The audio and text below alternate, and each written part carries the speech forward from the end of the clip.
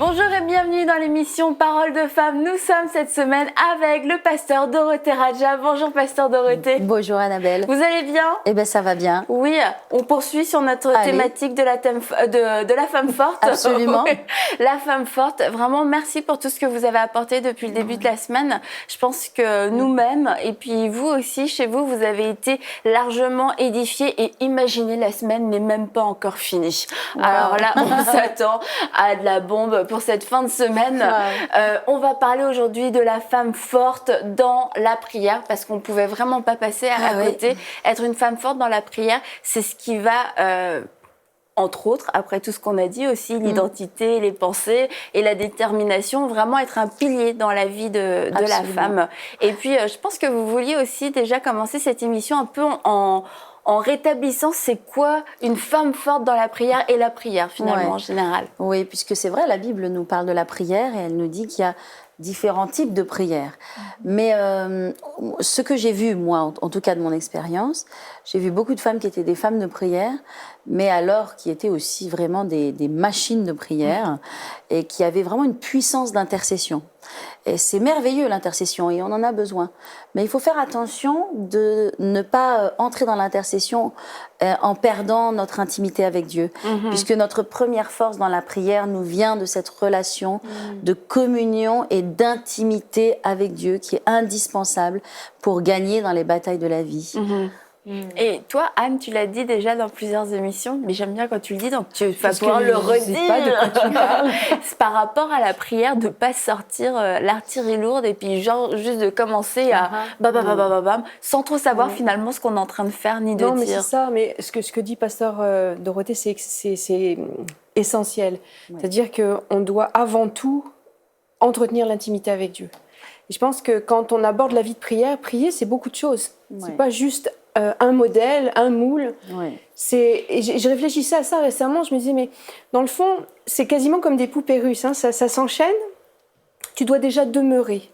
Sans moi, vous ne pouvez rien faire si vous ne demeurez en moi. Déjà demeurer. Puis demeurer, c'est entretenir cette intimité avec Dieu. Et puis ensuite, on doit veiller. Je me tenais sur la tour et je veillais pour voir ce que l'Éternel me dirait. Et puis ensuite, on a, dans la prière, toujours en avançant dans la proximité avec Dieu, on a cette nécessité de protéger. Et c'est là qu'on va commencer l'intercession. Et comme disait pasteur Dorothée, être des machines de prière, c'est pas ça la prière. Non. Il faut respecter ça, demeurer, veiller, écouter. Je veillerai et j'écouterai ce que l'Éternel me dirait. De protéger. Et là, on intercède, on commence à mettre une protection divine sur les nôtres, sur nous, ce que Dieu nous confie. Et ensuite, il y a vraiment le combat, l'attaque. Et oui, ça sert à rien d'être une machine, de tirer un peu partout comme ça au hasard. Il faut avoir l'intimité avec Dieu aussi pour avoir une stratégie dans la prière. Il y a des stratégies pour être efficace. Et en fait, c'est un peu ce qu'on dit depuis le début de cette semaine, c'est que la force, c'est pas une question de muscles, c'est pas une question de voix, c'est pas une question de visible en fait.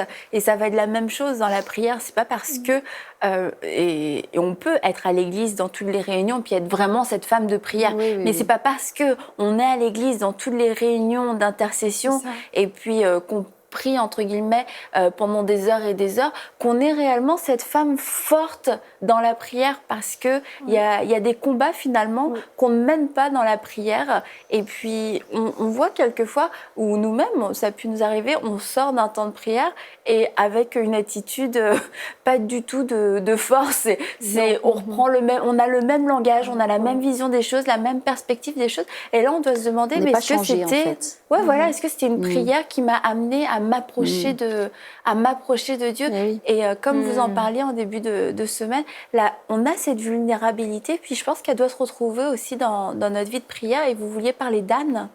Oui, évidemment, Anne, Anne Berceau est formidable, je suis d'accord. On va parler d'Anne, la mère de Samuel. Disons que la force de Anne, on voit que c'était une femme qui était quand même persécutée, qui subissait beaucoup de choses au quotidien. Elle vivait une situation vraiment difficile qu'on n'aimerait pas vivre et elle souffrait immensément. Mais la force de Anne sera été voilà, d'aller au temple. Vous voyez que dans ses souffrances, elle n'a jamais cessé d'aller au temple. Ouais. Elle n'a jamais perdu sa place et sa position. Puis surtout, elle est allée au temple et puis elle a déversé son cœur devant Dieu. Et elle s'est tenue là dans cette prière qui était une prière finalement comme secrète, comme intime, presque qu'on n'entendait pas.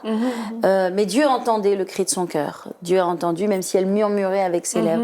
Donc c'est vraiment touchant de nous dire que même quand on murmure avec notre cœur ou avec nos lèvres, Dieu nous entend. Et Dieu a entendu la prière et la foi de Anne. Et c'est là, évidemment, qu'il lui a répondu et qu'il lui a donné son fils. Donc il y a vraiment de la force et il y a vraiment des secrets dans la prière. Et comme vous disiez, tout à l'heure, on peut sortir effectivement d'une réunion de prière sans être changé. Et bien ça, c'est terrible, c'est dramatique. On doit être changé dans la présence de Dieu, mais ce n'est que cette intimité, c'est la transfiguration. Hein. Là où il y a eu un changement véritable, ça a été sur le mont de la transfiguration. D'un seul coup, puis Pierre a dit, on est bien là, hein, c'est là qu'on doit mettre notre tente. On doit descendre. Oui, exactement. Et donc... c'est là où on est transformé. La transformation vient dans l'intimité, dans le face-à-face avec Dieu. Et donc les femmes, et vous les femmes qui vous nous regardez, on vous challenge, on vous défie, puis surtout Dieu vous défie d'entrer dans cette chambre de prière dans laquelle vous allez vivre une métamorphose, une transformation. Puis ça ne se fait pas en un jour, on ne peut pas être pressé, c'est un processus et ça se fait dans le temps. Mais vous allez voir votre personnalité, votre caractère être modifié, être changé par cette prière d'intimité avec Dieu dans le face-à-face.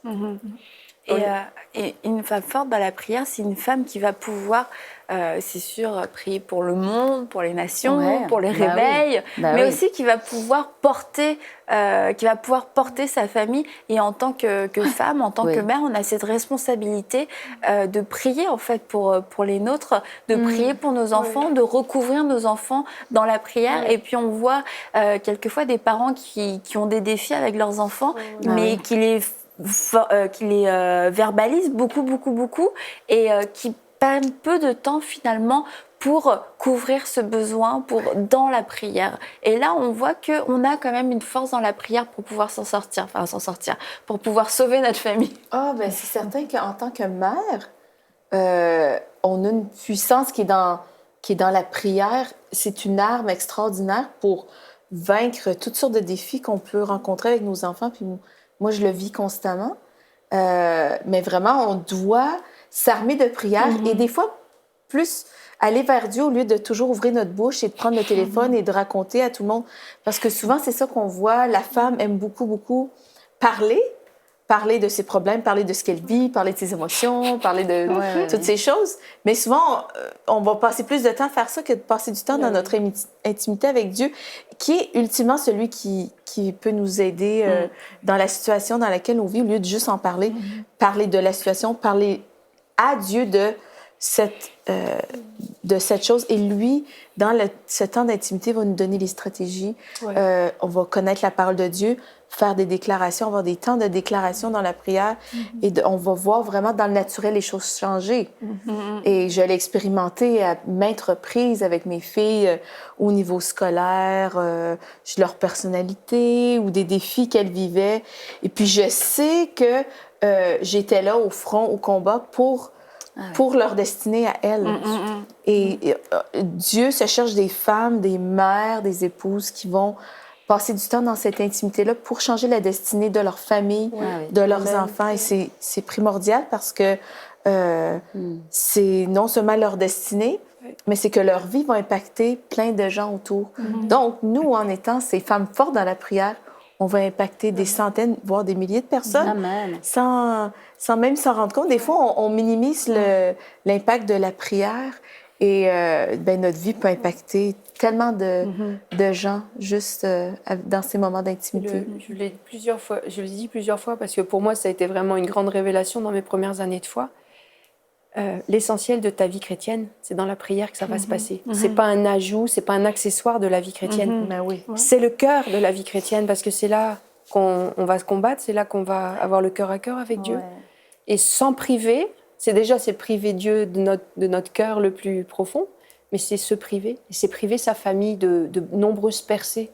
Il faut prendre conscience de ça. C'est le cœur de notre vie chrétienne, la prière. Mais moi, je pense aussi que la Bible nous dit de nous fortifier vraiment dans la main puissante du Seigneur. Et quand tu réalises ça, en fait, tu réalises que sans Dieu, tu ne peux rien. Tu réalises que tout ce par quoi tu vas passer, les orientations de ta vie, tout ce qui concerne ta vie de près ou de loin, ben, c'est dans la main puissante de Dieu que tu dois aussi aller le chercher, toutes les orientations. Du coup, il n'y a pas une option dans ta vie où tu peux faire sans la prière. Parce que c'est vers Dieu que tu dois aller chercher ces choses-là.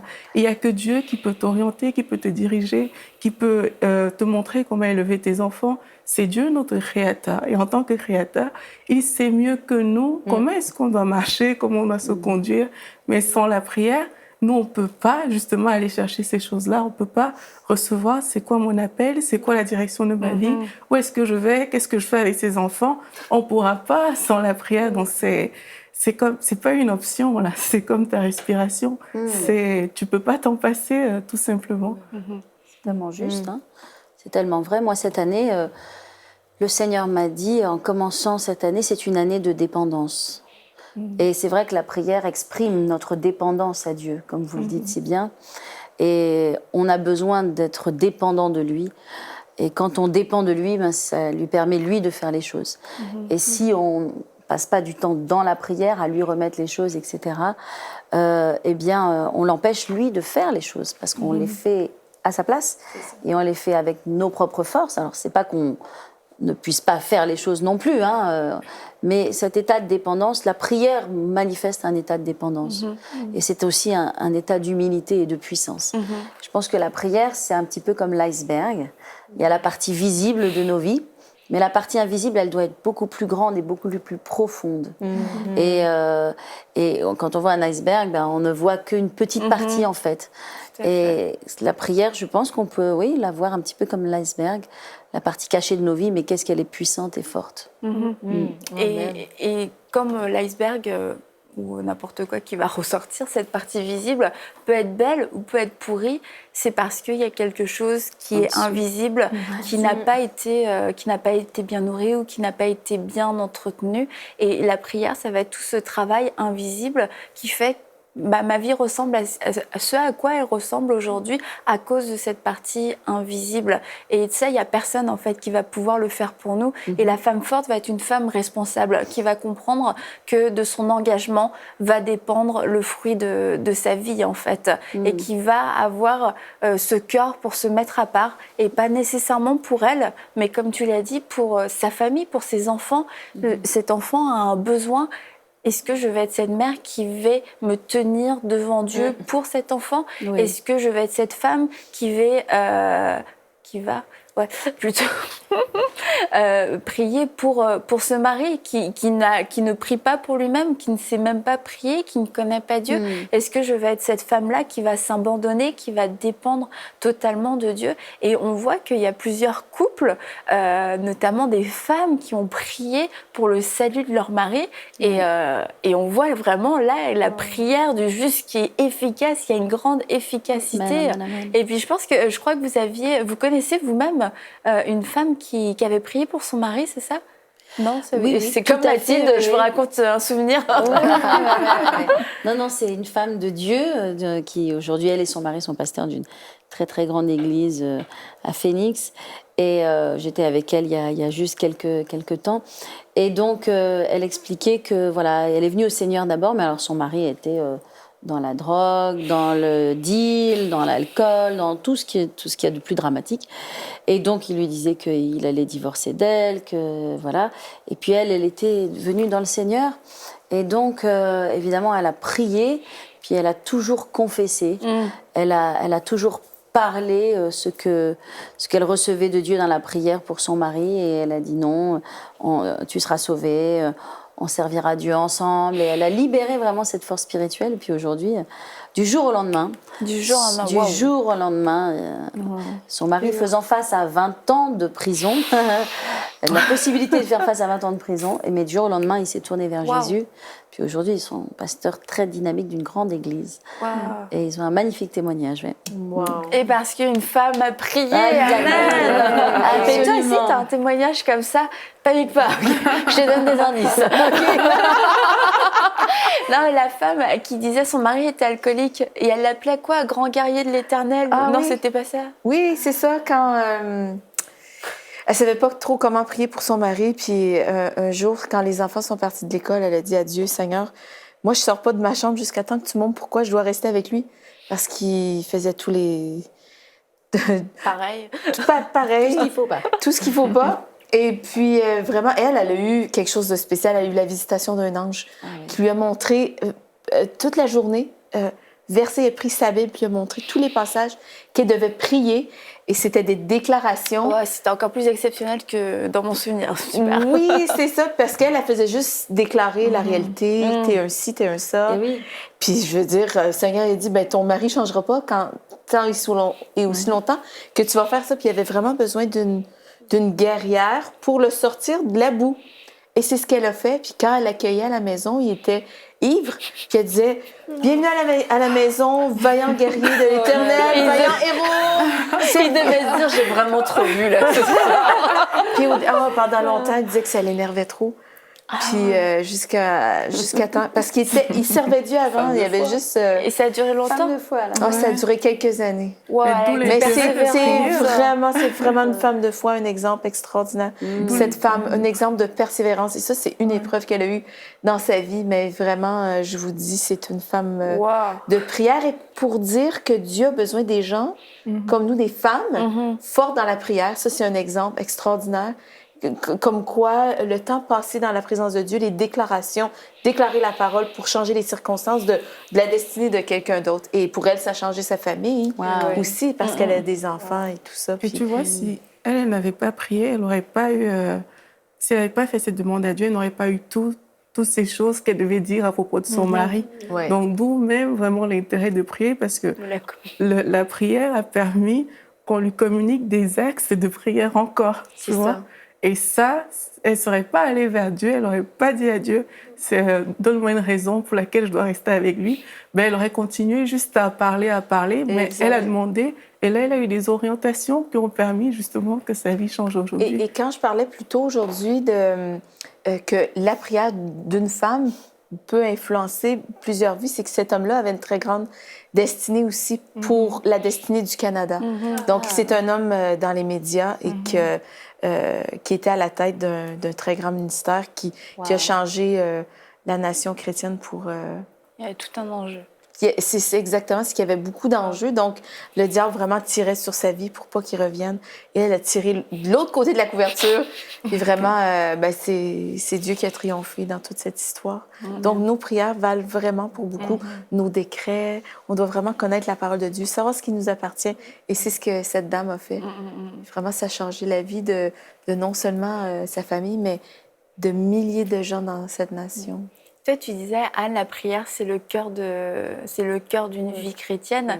Et en fait, je pense que quelquefois, on perd un peu de vue ce qu'est réellement la prière, que derrière le mot prière, il y a comme un espèce de concept, de performance, de devoir religieux. Mais tout comme on peut se dire, pour le mariage, ça pourrait être comme faire à manger, porter une bague. Mais derrière ça, il y a une vraie relation d'amour qui doit être nourrie. Et quand on parle de prière, on parle tout simplement de relation avec Dieu qui peut prendre différentes formes. On a parlé de Anne qui a épanché son âme, qui a pleuré devant Dieu. Et je crois que ça fait partie de la prière. On a parlé hier des émotions.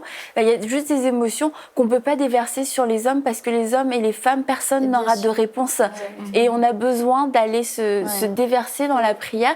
Et quelquefois, parce que aussi, on a peut-être entendu des enseignements que la prière, c'était déclaré, je suis plus que vainqueur. Et ça fait partie de la prière. Mais et on a ces moments de vulnérabilité dont on a parlé aujourd'hui. Et il y a cette place dans la prière où on peut vraiment épancher son âme et ouvrir son cœur au Seigneur. Absolument. Oui, tout à fait. C'est ce qui fait la caractéristique aussi de notre lien avec Dieu. Hein. C'est pouvoir être nous-mêmes et honnêtes, en fait, envers Dieu. Et c'est ce qui nous donne beaucoup de force. Jésus passer du temps à prier. Et on se rappelle dans la Bible que quand Lazare est mort et il s'est mis à part, il a prié. Oui, et donc on est honnête devant Dieu. Et La sincérité. Moi, je pense que ça, c'est une clé importante parce que là, tu parlais de performance, mais il y a trop de personnes qui tombent dans la performance. C'est parfois à cause d'un cœur qui n'est pas sincère devant Dieu. Parce que justement, on s'arrête au principe, en fait. On s'arrête au principe de ce qu'on a étudié, ce qu'on a appris, qui sont des bons principes, mais sans la relation, ces principes ne sont pas valables. Sans le cœur sincère, ces principes ne sont pas valables. Et trop souvent, justement, ces principes nous bloquent à un protocole, genre je vais commencer par ci, et puis après je confesse mes péchés et tout. Et pourtant, quand tu as juste un cœur sincère, tu permets à Dieu, lui, de te guider, en fait.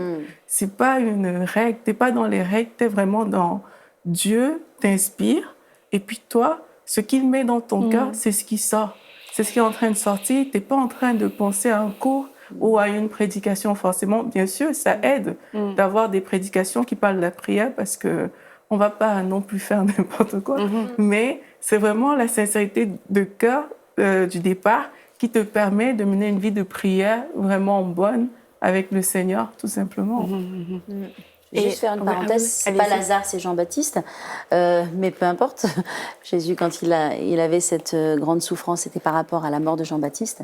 Mais moi, ce que je voudrais dire par rapport à la prière, c'est que on a besoin du Saint-Esprit. Et la prière va aiguiser notre connaissance du Saint-Esprit et notre capacité à l'entendre et à le suivre. Alors Catherine Kuhlman, qui est grande femme de Dieu, planétaire, on va dire, qui a quand même eu, en tant que femme, probablement les plus grands miracles qui aient pu exister. Cette femme, elle avait une dépendance avec le Saint-Esprit. Et elle disait que, en fait, pour avoir la communion avec Dieu, c'est lui parler continuellement. C'est beau, c'est magnifique. Donc, il y a la prière, oui, je prie de telle heure à telle heure, mais cette communion qu'on a toute la journée avec Dieu, on est en communion continuelle avec lui. Moi, je me souviens, je crois, dans une entrevue, on lui avait demandé à quoi ressemblent vos moments de prière. Puis elle disait qu'elle prenait pas nécessairement de temps... comme on peut l'imaginer. Oui, comme on peut l'imaginer, mais elle dit, moi, je parle toujours à Dieu. Donc, je parle toujours avec le Saint-Esprit. Et puis, c'était pas comme si elle se réveillait plus tôt pour prier. Elle dit, moi, je parle toujours au Saint-Esprit. Donc, elle était constamment connectée. Comme la Bible dit, prier sans cesse. Bien, vraiment, c'est ce que... C'est dans ce quoi elle opérait. Avec une entière persévérance. Une entière persévérance, ça doit être important quand même. Et d'avoir cette constance, en fait, dans notre amour pour Dieu, de ne pas faire de compartiments. J'ai ma vie chrétienne, ma vie spirituelle, ma vie familiale, ma vie de couple. C'est d'avoir... On sait qu'on a un accès illimité et d'apprendre à dépendre de lui. C'est apprendre, en fait, à recevoir ses pensées constamment. C'est comme plutôt que d'être là, ok, je réfléchis tout seul, je prends mes décisions tout seul. C'est juste, ça prend pas 20 heures par jour. C'est de dire, ok, là j'ai un choix. Seigneur, c'est quoi le meilleur pour moi? Est-ce que tu as une indication pour moi? Et on n'a pas forcément ce réflexe, particulièrement quand on a été enseigné, éduqué dans ce moule de la prière de 6h à 7h. Après, tu fais ta vie comme tu veux. Et on a l'impression, quelquefois, je pense, qu'il y a des personnes qui pensent que ce serait comme de la familiarité que de ne pas avoir de moments plus solennels et plus formels avec Dieu. Et du coup, passent à côté de ces petits moments qui font que la relation va devenir de plus en plus forte. Il y a comme une complicité entre deux personnes. La complicité naît des moments qu'on peut passer ensemble et pas forcément des grands moments, mais des petits moments, des petits échanges qui font que on se connaît de mieux en mieux, on apprend de mieux en mieux à se comprendre et plus rapidement, plus facilement. Et c'est la même chose en fait avec Dieu. Plus on va développer cette façon de penser, ok, d'abord je prends ta pensée, après j'applique, plutôt que de faire l'inverse. Là, quand ça fait 8 heures que tu es là, qu'est-ce que je fais? Je fais ça, je fais ça? Et tu te dis, ah, finalement, j'aurais peut-être pu demander juste au Seigneur, il faut que j'attende demain matin 6 heures. Mince alors. Et c'est vrai, quelquefois, on se prive, que ne vous privez pas de la grâce de Dieu, on se prive de cette grâce qui est là, disponible. Dieu est là, écoute, parle-moi, je vais te répondre. Moi, je prie à l'épicerie, je prie en faisant mes courses. Vraiment, des fois, je demande juste au Saint-Esprit, est-ce que j'ai oublié quelque chose? Ou en préparant mes bagages, ou n'importe quoi. Et t'as oublié quelque chose souvent? Oui, pour vrai, c'est comme, oh, oublie pas ça, c'est... Ah oui, puis là, je dis, ah oui, merci, c'est vrai, ok, c'est bon. Puis là, je retourne, mais... Donc, c'est très pratique. Oui, ça touche notre vie pratique. Moi, je crois qu'il ne faut pas se limiter. Il y en a qui pensent qu'on doit aller à Dieu juste dans des moments de très grande profondeur. Ouais. Mais le Saint-Esprit est là pour nous aider ou dans des crises. Oui, c'est ça. Mais moi, je crois vraiment c'est du quotidien. Oui, c'est au quotidien. Il est avec moi. C'est vivre sous le même toit. C'est ça. Et puis, il doit être notre premier réflexe aussi. Parce que parfois, on réfléchit à beaucoup de choses. Pourtant, si tu fais de Dieu, du Saint-Esprit, ton premier réflexe, dès qu'il y aura quelque chose, directement, c'est à lui que tu veux parler, c'est à lui que tu veux t'agresser et tu vas recevoir des orientations, des choses spécifiques et précises. En tout cas, avec ça, je ne vois pas comment on peut échouer. Je vois pas. C'est vrai, merci Aurélie. Non, mais c'est vrai. Et vraiment, merci à toutes pour la participation dans l'émission. Je pense que ça fait toujours du bien de se rappeler c'est quoi la prière, juste de se rappeler cette communion avec Dieu. C'est tellement déculpabilisant en plus. Et ça donne juste envie d'aller prier, de parler au Seigneur. Et même nous, dans ces émissions, on prie constamment. Qu'est-ce que je vais dire? Mais même pendant les émissions, c'est ça, Dieu est là, Dieu n'est pas, non, là, c'est dans leur émission, je ne vais pas les déranger. Non, c'est qu'on doit apprendre à dépendre de Dieu constamment. Et puis, comme tu disais, c'est pas seulement dans les profondeurs. Il y a les profondeurs, puis il ne faut pas passer à côté, mais il y a aussi ces petits moments qui font que, comme dans un couple, on ne va pas juste parler des affaires super importantes. Il y a des moments, faut juste échanger, parce que sinon, ça ne fonctionne pas et on devient deux inconnus. Et avec le Seigneur, malheureusement, on peut devenir facilement deux inconnus, se côtoyer, être colocataire dans une religion. Non, on veut avoir cette vraie communion avec Dieu. Donc une femme forte dans la prière, c'est pas une femme nécessairement qui va passer 6 heures d'affilée enfermée dans sa chambre. C'est une femme qui a une communion constante avec Dieu, un amour constant avec Dieu et qui sait juste ouvrir son cœur et dépendre de lui dans les petites et aussi dans les grandes choses. Donc ne négligez vraiment pas le poids que votre prière peut avoir. On a entendu ces témoignages, ça peut changer votre vie, votre foyer, votre mari, vos enfants, votre entourage. Donc vraiment passez ce temps-là avec le Seigneur, trouvez la manière qui vous convient le mieux. Il n'y a aucune condamnation, il n'y a aucune performance dans le Seigneur. Il veut juste que vous puissiez vous approcher de lui et vous ouvrir à lui, à sa présence, tout simplement. Donc on se dit à demain pour une prochaine émission de Paroles de Femmes. Retrouvez toutes les émissions de Paroles de Femmes en intégralité sur www.emcitv.com. Cette émission est rendue possible grâce au précieux soutien des partenaires d'Enseigne-moi Canal International. Retrouvez tous nos programmes sur emcitv.com.